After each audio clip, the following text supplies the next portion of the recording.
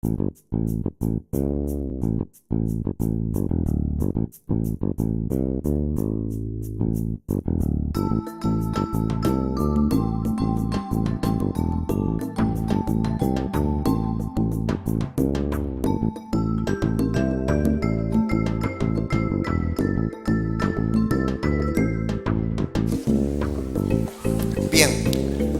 a continuación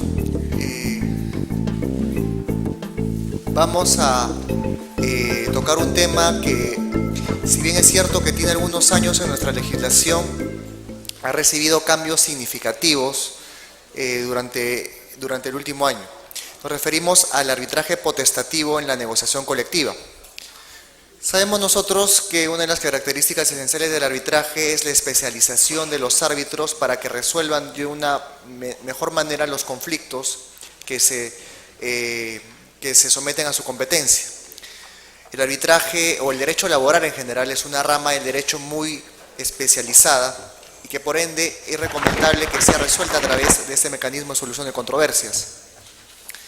No obstante ello, también sabemos que es un derecho de los trabajadores el recurrir a la huelga cuando tienen un conflicto con el empleador, tanto en el ámbito privado como en el ámbito público.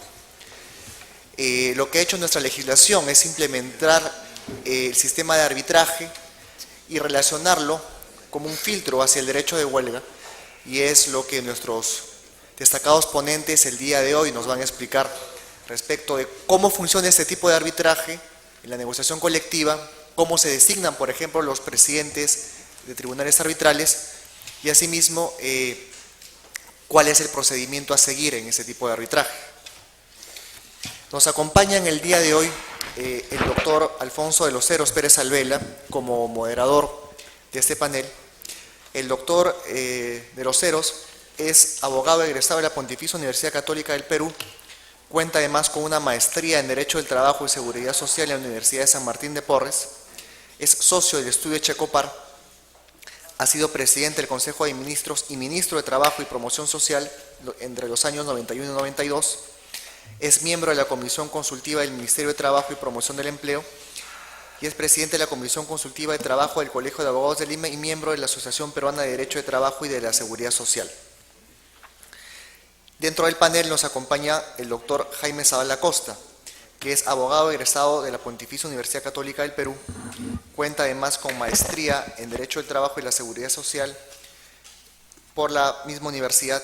Es socio fundador del Estudio Ferrero Abogados, miembro de la Comisión Consultiva del Ministerio de Trabajo y Promoción Social, profesor de Derecho Laboral en la Universidad de Lima desde 1974, ha sido ministro de Estado en la cartera de Trabajo y Promoción Social en el Gobierno Constitucional de Transición de noviembre del 2000 a julio del 2001.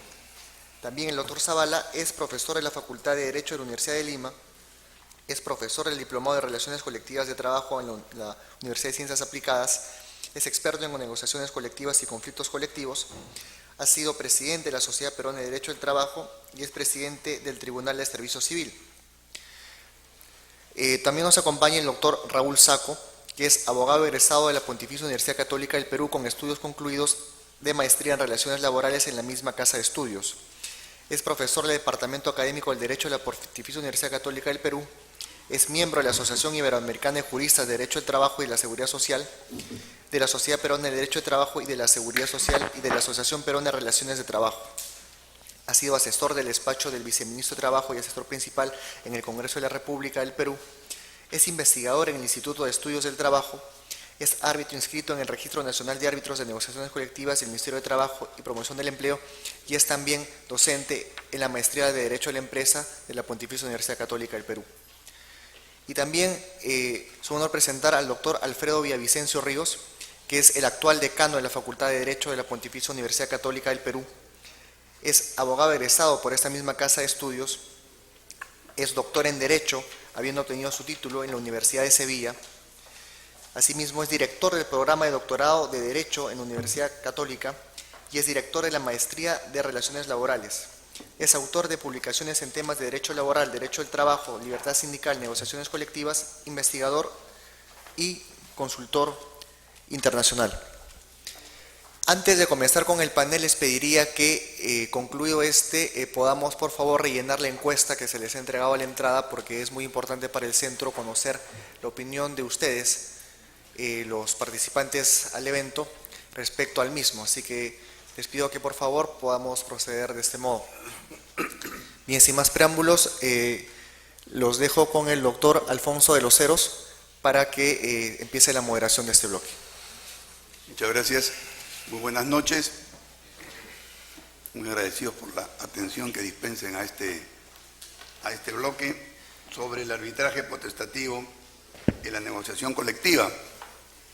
Un poco para iniciar esta conversación, yo quisiera que nos situáramos un poco en la realidad primero. En el Perú tenemos en este momento, por lo menos hasta diciembre del año pasado, una tasa de sindicalización del 4% de la población laboral. En algunos casos es un poco mayor, en otros menor, de tal manera que el promedio es del 4%, porque, por ejemplo, en electricidad, gas y agua hay un 32% de nivel de sindicalización, en construcción un 16 y algo, en minería también un poco más de 16%, ¿no? Y dentro del universo de pliegos de reclamos que se presentan con esta baja tasa de sindicalización, que en realidad debía ser bastante más alta, ¿no? El 3% de los pliegos de reclamos terminaba hasta el año pasado, ahora puede haber variado en estos primeros meses del año, 3% de ellos terminan en arbitraje. Un 9% van a extraproceso, otro 9% a conciliación y 79% se resuelven en negociación directa. En la norma constitucional peruana, el artículo 28 de la Constitución, señala que el Estado fomenta la negociación colectiva, ¿no? Y promueve la solución pacífica de los conflictos. Entonces, dentro de esta óptica, de esta perspectiva, es que vamos a tratar un poco, creo yo, el tema de hoy y ver cómo este arbitraje potestativo en la negociación colectiva, si cumple o no cumple con estos requisitos constitucionales, doctrinarios también, y la propia OIT, porque la OIT tiene una percepción, por ejemplo, sui generis también propia, en lo que se refiere al arbitraje potestativo. La OIT prefiere el arbitraje voluntario, que las partes se pongan de acuerdo, pero también acepta que el arbitraje potestativo puede existir como excepción, y el arbitraje obligatorio, más aún, solo en casos, por ejemplo, de servicios esenciales o en casos de funciones públicas o cuando alguna legislación limite o prohíba la huelga. Entonces, dentro de ese panorama es que vamos a tratar este tema. Y para comenzar, y por un periodo de 10 minutos cada uno, vamos a dejar en el uso de la palabra al doctor Alfredo Villavicencio para que nos hable sobre la singularidad del arbitraje laboral en la negociación colectiva. Muchas gracias, Alfonso, muy amable. La llegada del nuevo gobierno, hace poco más de un año, significó en algunos terrenos tranquilidad y en otros movimiento, cambio y agitación. Uno de los terrenos en los que se presentó esta segunda situación es el laboral, y particularmente el mundo del arbitraje laboral colectivo, en donde, a partir de dos normas dictadas por el gobierno en agosto y septiembre del año pasado, se impulsó lo que en laboral se llama el arbitraje potestativo.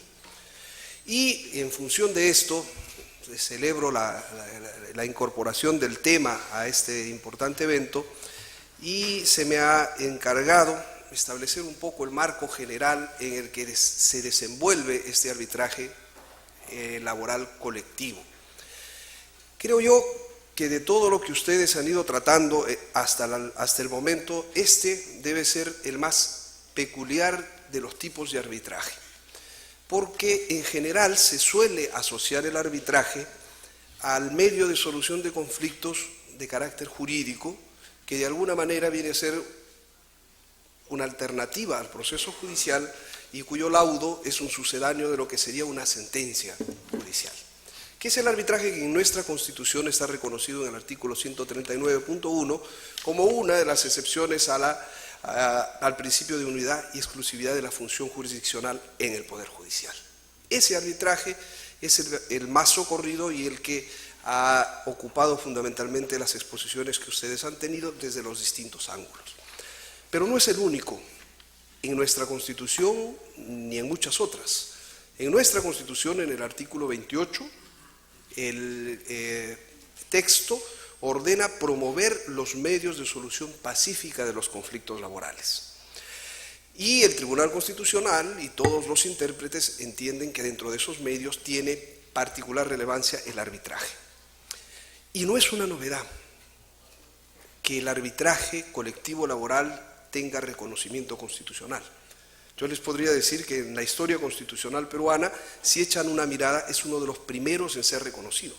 En la Constitución de 1920, ya el artículo 48 de la misma decía: los conflictos entre el capital y el trabajo serán sometidos a arbitraje obligatorio. ¿Por qué? ¿Por qué arbitraje obligatorio en este tipo de conflictos? Porque evidentemente las relaciones laborales son relaciones de intereses encontrados. Esos intereses deben ser canalizados. En el Estado constitucional o en el Estado de Derecho o en el Estado social de Derecho, como ustedes quieran, el conflicto capital-trabajo debe tener un cauce que lo procese y que de alguna manera lo componga. Ese cauce se llama negociación colectiva. Es el derecho por el cual, lo mismo que en cualquier instancia donde hay una controversia, las partes directamente afrontan el tema y tratan de resolverlo. Si no pueden, aparecen los conciliadores, los mediadores como alternativas que van incorporando sujetos con función distinta en el ámbito de la solución para terminar en el arbitraje. El arbitraje como última etapa de la negociación colectiva y como alternativa al derecho de huelga. Porque en lo colectivo, cuando uno agotó la negociación directa y agotó la conciliación-mediación, el ordenamiento jurídico le da la alternativa: o usted va a arbitraje o usted va a huelga. Y este arbitraje, última etapa de la negociación colectiva, tiene algunas especificidades que voy a mencionar al vuelo y que los compañeros van a profundizar. La primera de ellas es que es un arbitraje de los que se llaman arbitraje económico o de intereses. No es un arbitraje jurídico. No busca interpretar o aplicar una norma preexistente. Su cometido es crear una nueva norma que sustituya la regulación anterior, la modifique, la extinga o simplemente la cree en los ámbitos en los que no ha habido esta regulación. Es un arbitraje, entonces, muy difícilmente asimilable a lo que es el jurisdiccional, cuyo sucedáneo, como digo, del laudo es la sentencia. Acá, el arbitraje colectivo tiene como sucedáneo, el laudo es un sucedáneo del convenio colectivo, de aquel producto por el cual las partes crean, extinguen o modifican derechos con carácter general, abstracto, con carácter de norma jurídica. Es una de las principales fuentes del ordenamiento jurídico laboral, es el convenio colectivo, y desde esa perspectiva el arbitraje laboral tiene esa finalidad. Por eso, salvo Brasil, ustedes saben que Brasil es peculiar en muchas cosas, salvo Brasil, no existe país en el mundo en donde un conflicto colectivo de negociación colectiva termine en manos de un juez, porque no se le puede encargar al juez crear derecho donde no lo hay.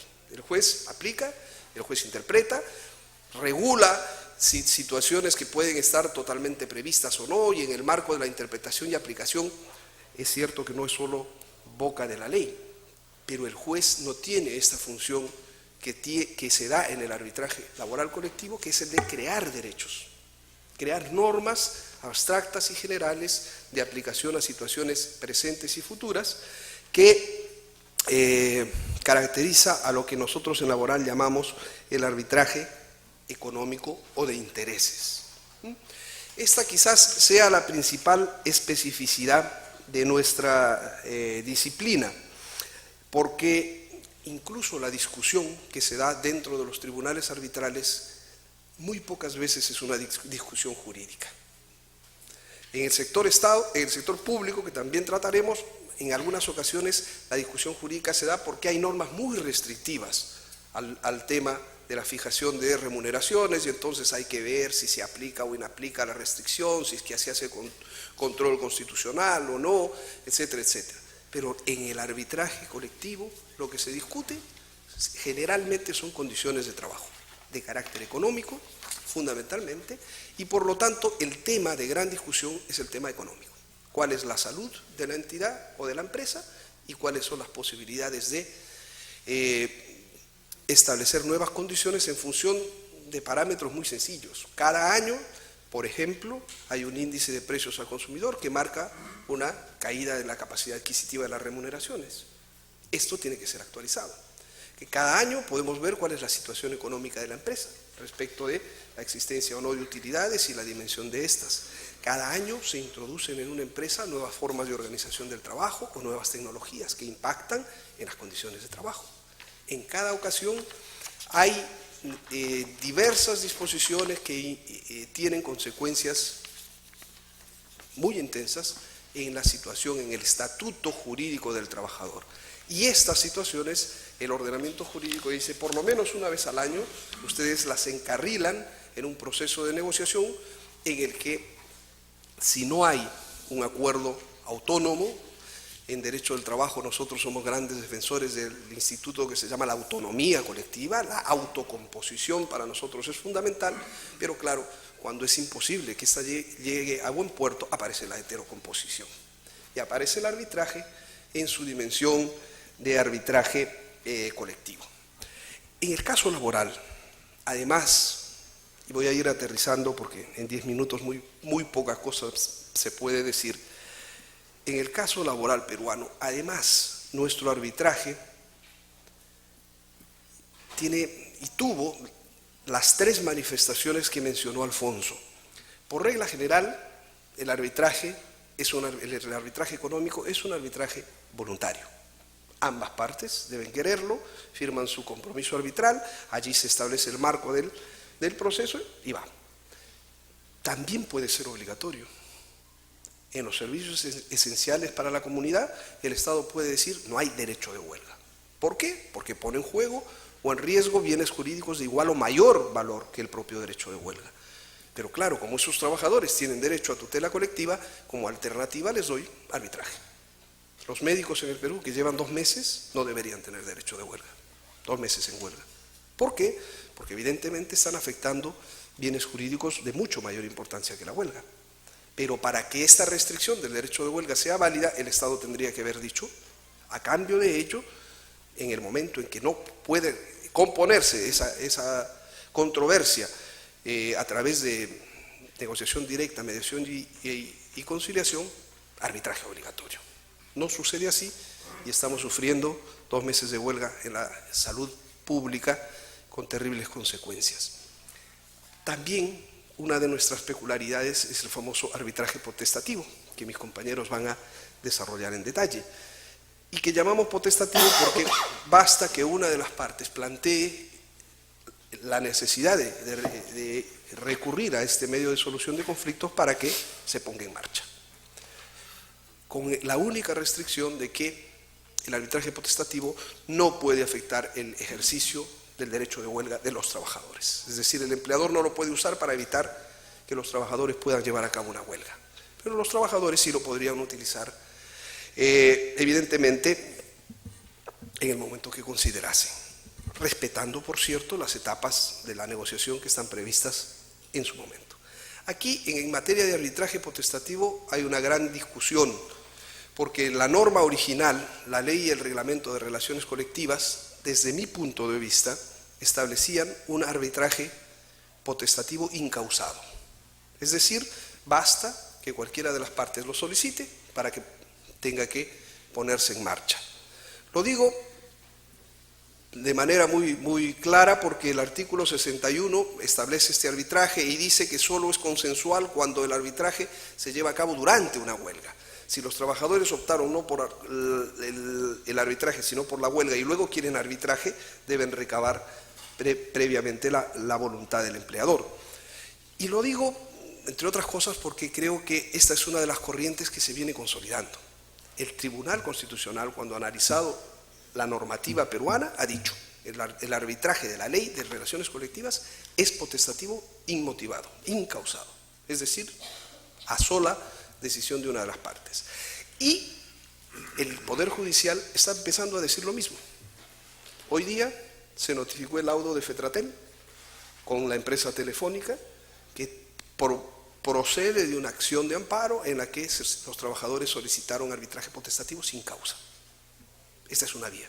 La otra vía, de la que se va a ocupar a continuación el profesor Jaime Zavala, es el arbitraje potestativo causal, porque la norma que en agosto del año pasado se dio recién instalado el gobierno, el decreto supremo 014 dice: cabe arbitraje potestativo en 3 supuestos: cuando es la primera negociación, cuando hay que definir el nivel de la negociación y cuando el empleador ha incurrido en mala fe en la negociación. En esos 3 supuestos hay arbitraje potestativo. Y entonces, a partir de esa norma, hemos tenido una explosión de arbitrajes. Hay muchos arbitrajes laborales en este momento en el Perú. ¿Por qué? Porque evidentemente el sistema de relaciones laborales no estaba funcionando adecuadamente. Se van a desarrollar en las ponencias que continúan las causas por las cuales se vienen declarando positivamente este arbitraje en los supuestos de mala fe, porque hay que hacer todo un trámite procesal, ese sí muy jurídico, para determinar si ha habido o no ha habido mala fe.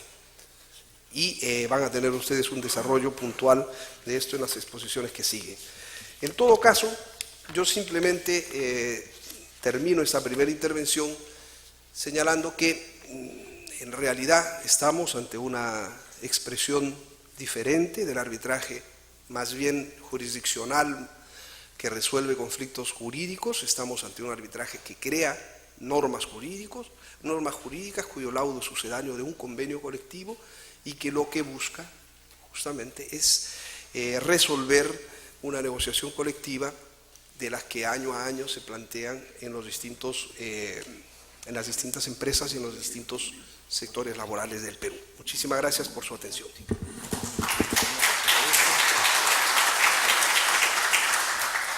Muchas gracias, Alfredo.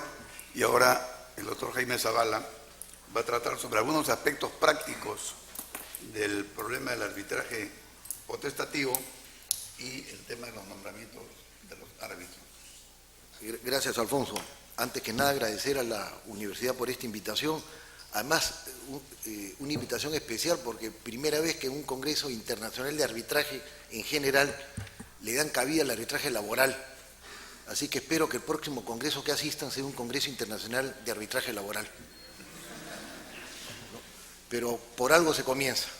Es un tema complicado, difícil, poco conocido, poco desarrollado, y creo que se está haciendo camino al andar. En 10 minutos, como ustedes comprenderán, es realmente poco lo que se puede decir, así que voy a tratar simplemente de compartir con ustedes algunas ideas para dejar ahí la tentación de que investiguen un poco más, pero sembrar algunos temas interesantes que además uno recoge de la propia práctica de la oportunidad que uno ha tenido, como es mi caso, en muchísimos arbitrajes laborales, en la mayoría de ellos como presidente del tribunal, y una buena parte de ellos compartidos con mi amigo Alfredo Villavicencio, en los cuales en algunos hemos coincidido y en otros, por supuesto, hemos discrepado. Y un primer tema que creo que hay que rescatar y remarcar para que quede bien claro, sobre todo para quienes no están habituados al tema de la negociación colectiva, ya lo dijo Alfredo, es que el arbitraje laboral tiene una peculiaridad, una característica. No hablamos de un arbitraje de naturaleza jurídica, hablamos de un arbitraje de regulación de intereses o económico, como se conoce en doctrina. En la relación laboral hay 2 partes, trabajadores y empresa, y ambas partes tienen intereses contrapuestos, que tienen origen histórico, como todos ustedes conocen, de las contradicciones entre el capital y el trabajo. Y lo que se discute en mesa son esos intereses. para crear normas, para generar un producto que se llama pacto colectivo, convenio colectivo, contrato colectivo, o un laudo arbitral, pero que al final, bajo una vía o bajo otra, tienen la misma naturaleza y producen los mismos efectos. Y a ese panorama nos enfrentamos.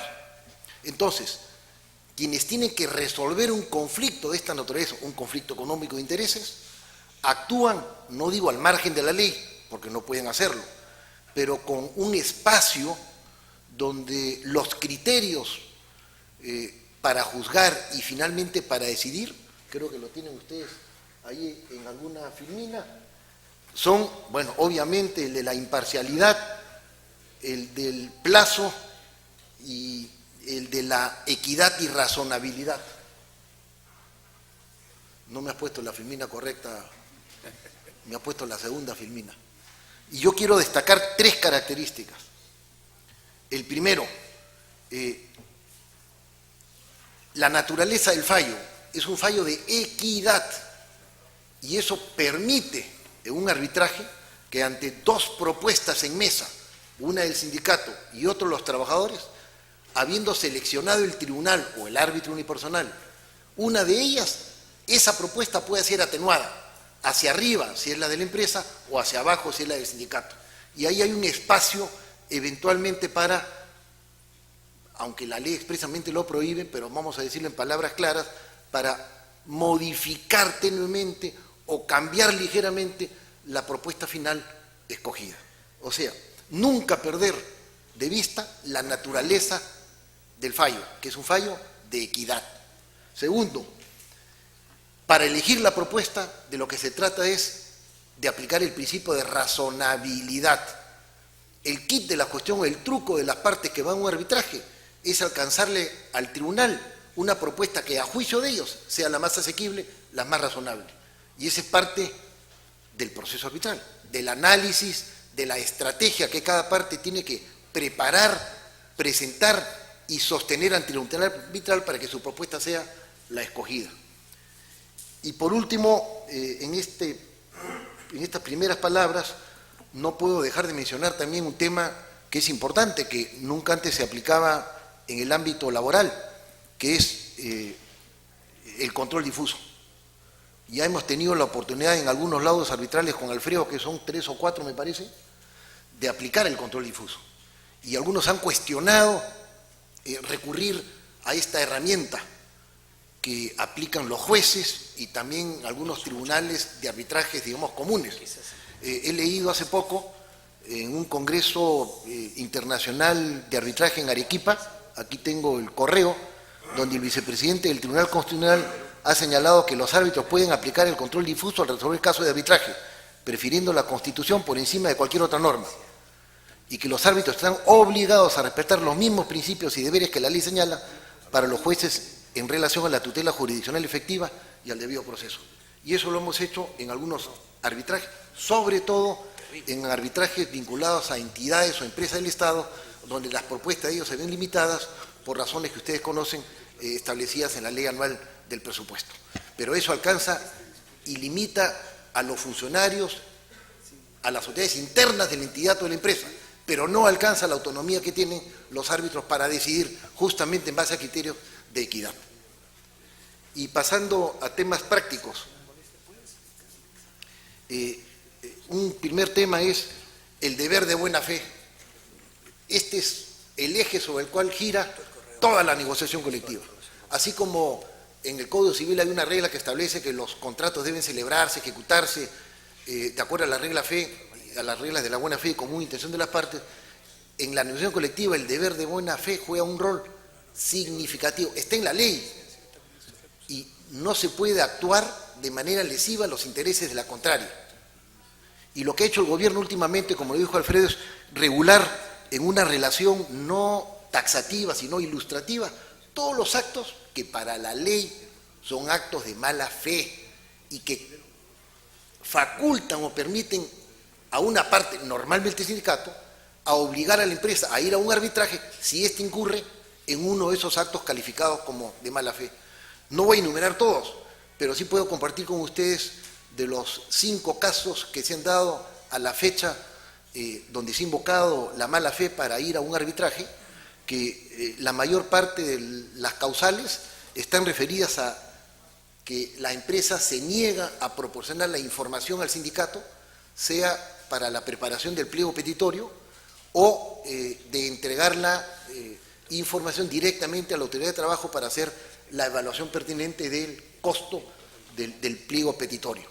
Ese es un caso. Otro, el negarse a recibir, por ejemplo, o permitir el ingreso de los asesores del sindicato, como había en una empresa importante del medio, donde al asesor, al abogado de la empresa, no se le permitió participar, sino se le puso un cuarto aparte. Y después de mucho forzar, se le permitió el ingreso y no se le sentó en la primera fila donde estaba solo, sino en la segunda fila. Y el tribunal concluyó que eso era una práctica de mala fe, por ejemplo. O el caso de la hostilidad o las prácticas antisindicales, que es muy común. Y están enumeradas y al final hay una fórmula abierta que en realidad da pie para que se pueda recurrir a cualquier causal, porque la ley establece cualquier práctica arbitraria o abusiva con el objeto de dificultar, dilatar, entorpecer o hacer imposible la negociación colectiva.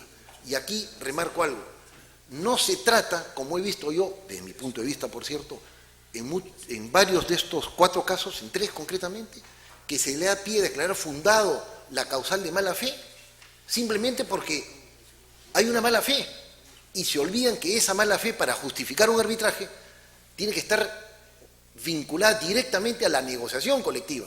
Vale decir, tiene que haber un nexo de causalidad entre el acto de mala fe y el efecto de perturbar, dilatar o evitar la negociación, porque puede darse que en el curso de la negociación colectiva existan prácticas antisindicales ante la empresa y muchas otras que son claras, evidentes a la luz o a los ojos del tribunal, pero que no afectan o no perturban la negociación y por lo tanto, si se aducen esas causales, deberían ser declaradas infundadas. Después el tema de la composición del tribunal arbitral. Me queda poquito, ¿no? Sí. Termino con 2 cosas y con una anécdota. La composición del tribunal arbitral. Todos los que estamos vinculados al arbitraje sabemos que nombrar los árbitros es todo un proceso. Y muchos piensan que nombrando los árbitros y de manera especial nombrando al presidente, se podría percibir más o menos por dónde puede ir el laudo arbitral, ¿no es cierto? Bueno, eso no es ninguna excepción en materia laboral, pero hay una diferencia con la composición arbitral de los arbitrales pues, para temas civiles, tributarios, comerciales o de otra naturaleza. Es que aquí, vuelvo a mi intervención primigenia, hay de por medio conflictos a resolver de intereses y de económicos, y muchos los árbitros que se nombran para integrar los tribunales tienen intereses, pues, porque son asesores de empresa o son asesores de sindicatos. O quienes los nombran, que son las autoridades, son autoridades con su corazón sindical o con su corazón empresarial. ¿Cómo resolver este problema? Complicado, pero yo creo que uno debe partir de la premisa que desde el momento que acepta ser miembro de un tribunal, debe prevalecer la objetividad, imparcialidad y la autonomía. Y si no, no se jura.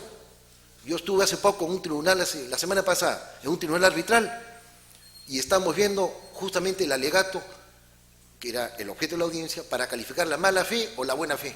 Y hacía uso de la palabra, o iba a hacer uso de la palabra, el sindicato. Y estaban 4 modestos trabajadores que no habían ido con abogado. Y yo les digo, señores, ¿por qué no viene con un abogado, con un dirigente de nivel superior de la Federación Minera para que los asesore? Porque es un tema complejo. Me dijo, no necesitamos abogados. Entonces yo le repliqué, ¿y si tienen un problema, quién consultan? No, cualquier problema se lo consultamos al señor que es árbitro. Entonces, el árbitro estaba haciendo derecho y yo lo codí y le dije, oye, ¿tú eres árbitro o eres abogado del sindicato? Pero esas cosas ocurren para quienes, o no, Alfredo, ocurren, y puede que del lado empresarial ocurra exactamente lo mismo, pero acá lo dijo con una naturalidad que realmente me dejó sin respuesta. Por supuesto, debo anticiparles que después de la audiencia, al día siguiente, el tribunal decidió emitir una resolución número 1 sobre si procedía o no el arbitraje por mala fe. Habían invocado 5 casos de mala fe y el tribunal en mayoría que yo presidí, después de hacer un análisis exhaustivo minucioso, determinó que no había mala fe. con el voto en discordia, naturalmente, de que se había revelado como árbitro, pero que en el fondo era abogado del sindicato. Después iba a hablar sobre el tema para emitir el plazo, para emitir el laudo, que en materia laboral es 30 días. Aquí no hay ni 31 ni 21, son máximo 30 días. Y para entregar el laudo son 5 días hábiles. Como todo este tema de plazos ha sido construido con la ley que regula el proceso ordinario de arbitraje, y el tema de la mala fe o buena fe es reciente, cuando se producen estos actos, resolver todo esto preso en 30 días, no hay forma. Entonces se plantea el interrogante, ¿y qué pasa si se lauda o se resuelve después de los 30 días? ¿Es nulo o no es nulo el laudo? Yo tengo un caso concreto de una empresa minera importante en medio, donde también integra Alfredo, ¿no?, el tribunal, y ya nos han adelantado que el laudo para ellos es nulo porque estamos laudando después del plazo. Por supuesto. No, hay interrupciones, pero lo que ignora esa parte es que quien ha causado todo el incidente es la propia parte. Y sería muy fácil dar pie a que uno que cause una serie de incidentes para excederse del plazo, después niegue o no tome en cuenta su propia conducta, ¿no es cierto?, para que no haya laudo o que éste sea nulo. Aquí pues debería aplicarse lo que es muy común en el ámbito civil, que es la teoría o el principio de coherencia o la teoría de los actos propios. Nadie puede ir en contra de su propia conducta para alegar esos hechos después en su propio beneficio, ¿no es cierto? Esto es algo nuevo que todavía no se ha desarrollado, pero ya estamos sembrando algunas ideas para enriquecer las decisiones arbitrales en el campo laboral. Y por último menciono el tema de la medida cautelar y los procesos de amparo en materia de arbitraje laboral, que son muy pocos, creo que son 2 o 3, y nosotros también con Alfredo hemos tenido los 2 casos.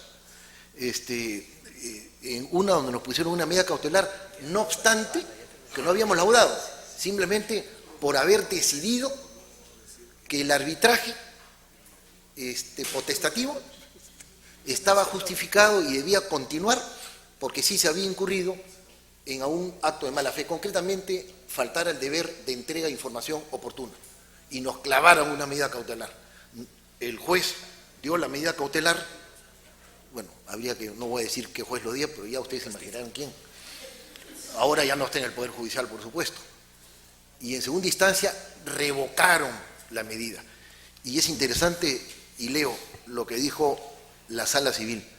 Se pretende cuestionar la jurisdicción arbitral a priori cuando, conforme a la sentencia recaída en el expediente X de fecha 27 de octubre de 2009, se ha establecido que solo es posible acudir al proceso de amparo para cuestionar un acto lesivo de la jurisdicción arbitral a posteriori, es decir, una vez finalizado el proceso arbitral. Además, no se ha tomado en cuenta un precedente vinculante del Tribunal Constitucional que todos ustedes mencionan.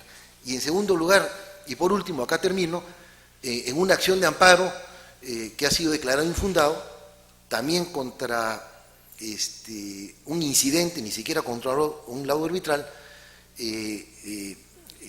la jueza ha resuelto: es recién una vez culminado el proceso arbitral que cualquiera de las partes puede recurrir a la vía judicial o constitucional para la defensa de sus derechos, considerando además que la jurisdicción arbitral tiene reconocimiento constitucional.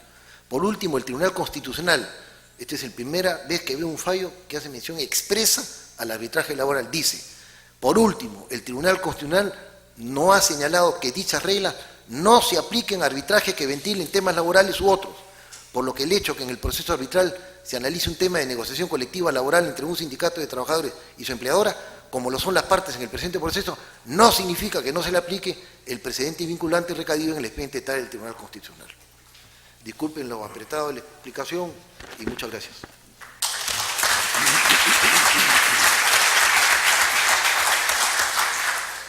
Gracias, Jaime. El doctor Raúl Sacco va ahora a enfocar temas vinculados a los conflictos en el arbitraje y a la diferencia entre el arbitraje comercial y el arbitraje laboral, amén de otras indicaciones interesantes que nos va a hacer. Adelante, Raúl. Otros aderezos. Muy bien, muy buenas noches a todas y todos, como se suele decir ahora. Y es muy grato ver entre los participantes varias caras amigas, ¿no? Y algún compañero de promoción también al que estoy mirando. Muy bien, entonces vamos a tratar algunos temas concernientes al arbitraje laboral, vamos a procurar contrastarlo en poco tiempo con el arbitraje de carácter comercial. Y creo que el contraste debiera partir principalmente de consideraciones de índole principista. El derecho del trabajo, en tanto que rama autónoma jurídica, independiente